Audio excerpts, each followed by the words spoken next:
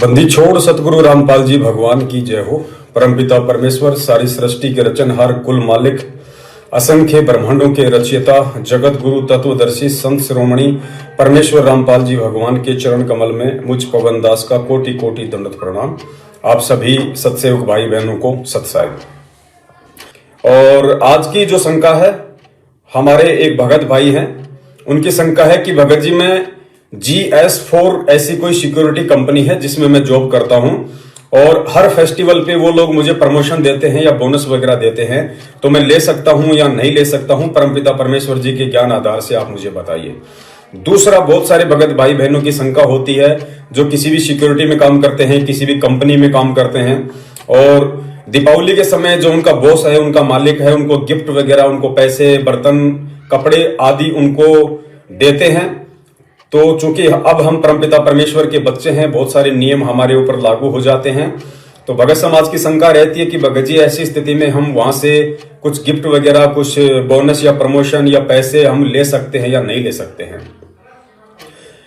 देखिए पुण्यात्माओं, हमें परमपिता परमेश्वर जी ने बताया कि एक लेवा एक देवा दूतम, कोई किसी का पिता नहीं पूतम, ऋण संबंध जुड़े सब नाता, अंत समय सब बारह बाटा। हम यहाँ पे जो फंसे पड़े हैं, एक दूसरे के ऋण संबंधों के कारण ही हम यहाँ पे फंसे पड़े हैं, और ये ऋण संबंध हमने परमपिता परमेश्वर जी के ज्ञान आधार से बिल्कुल डाउन करने हैं, बिल्कुल इनको समाप्त कर देना है। तो सबसे पहली बात तो आप जहां भी जॉब करते हैं, नौकरी करते हैं, तो आपको हर महीने आपकी जो बेसिक जो सैलरी है, जो आपका मेहनताना है, वो आपको मिलता है। तो इससे ज्यादा आपको कोई उम्मीद, कोई भी इच्छा नहीं होनी चाहिए बिल्कुल भी, यदि आप सतगुरुदेव जी के भगत हैं तो, यदि आपको ज्ञान है तो कोई भी भगत भाई बहन जो नौकरी करते हैं उन्हें केवल अपनी सैलरी से मतलब होना चाहिए। और पूज्य गुरुदेव जी ने अपने एक सत्संग में बताया, दास अभी आपको आगे गुरुदेव का सत्संग सुनाएगा, गुरुदेव ने बताया कि आपको यदि कंपनी वाले बोनस देते हैं या आपको प्रमोशन देते हैं तो बहुत अच्छी बात है, वो आपकी मेहनत है, वो आपकी काबिलियत है, लेकिन आपने अपने मन में बोनस या प्रमोशन को लेके कोई भी इच्छा जाहिर नहीं करनी है। उसको बताना भी नहीं है कि साहब मुझे बोनस दीजिए, मुझे प्रमोशन दीजिए, मुझे आपकी कंपनी में काम करते हुए 10 साल हो गए, 20 साल हो गए। गुरुदेव ने बताया कि आपने ये भी नहीं बोलना, यहां तक कि आपने अपने मन में भी इच्छा नहीं रखनी है।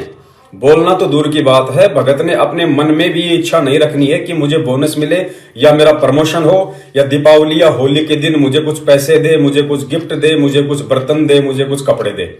इतनी भी यदि आपके अंदर इच्छा जागृत हो गई तो आप परमेश्वर के ज्ञान आधार से कोसों दूर हैं। तो पुण्यात्माओं, हमें गुरुदेव ने भगत बनाया है, और जो मेहनत जो हमें मिलती है हमारे काम की, हमने केवल उसी में अपनी संतुष्टि रखनी है।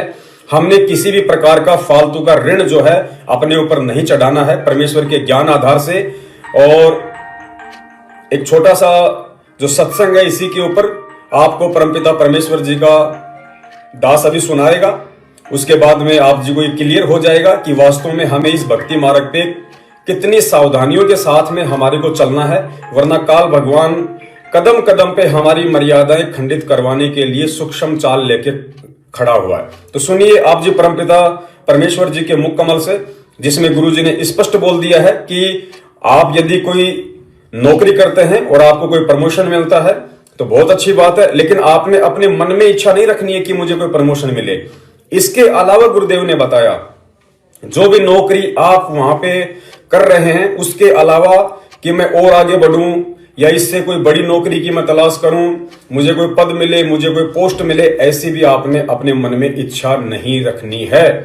सुनिए परमपिता परमेश्वर जी के मुख कमल से। यहाँ किसी भी पद पोस्ट की इच्छा मत करना। ठीक है, कोई सर्विस कर रहा है वो तो अलग बात है, प्रमोशन हुआ तो हुआ, नहीं तो इस बात की आशा नहीं करे कि मैं बहुत बड़ा अधिकारी बनूं, जो व्यापार पड़े। जहां रखे भगवान उसी तरह रहे, और अलग से किसी भी पद की ट्राई नहीं करे। किसी सरपंच की, मेंबर की, MLA MP चेयरमैन की, मुख्यमंत्री, मंत्री, प्रधानमंत्री की, ये आपका सबसे बड़ा शत्रु हो जाएगा। इधर झांके भी नहीं, अपना पीछा छुटवाने की सोचे पुण्यात्मा। इंद्र दा राज का गदा बेस्टा। हम तो यहाँ एक छोटे मोटे क्षेत्र में कोई मंत्री, प्रधानमंत्री बनकर न सोचा पता नहीं के बन गए, और अपने ही पुण्य नाश करने परमात्मा के स्वर्ग को जो सबसे उत्तम मानते थे, स्वर्ग को, उस स्वर्ग का राजा, वो राज की पदवी भी हमारे लिए तो उस सतलोक के सुख की तुलना में काग की बीट है, काग की टट्टी समझो। तो वो कैसा होगा वो लोग, ये समझ लो जैसे हलवे की तुलना में तम्बाकू कूट रखे हो। अब तम्बाकू कोई खा सके, कोई घना निकम्मा खागा तम्बाकू ने, और हलवा किसी अंदर दे जी सा जा बूढ़ा भी खा जा बिना दाता और वो टेस्ट लगे। तो कहने का भाव यह है कि वो स्थान और यहाँ के सुख, इतनी तुलना समझ लेना। सच्चाई पुण्यात्माओं, उम्मीद करता हूं आपके समझ में आ गया होगा परमपिता परमेश्वर जी के सत्संग और ज्ञानाधार से।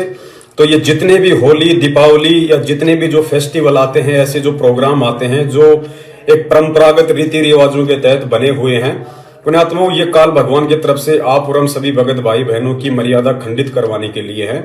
हमने बहुत ही गहनता से विचार करना होगा, परमेश्वर के सत्संगों को आधार बना के फूक फूक के हमने एक एक कदम यहाँ पे रखना है, ताकि काल भगवान किसी भी प्रकार की सूक्ष्म चाल से हमारी मर्यादाओं को खंडित ना करें और हम उस परमपिता परमेश्वर के अनुग्रह से दूर ना हों।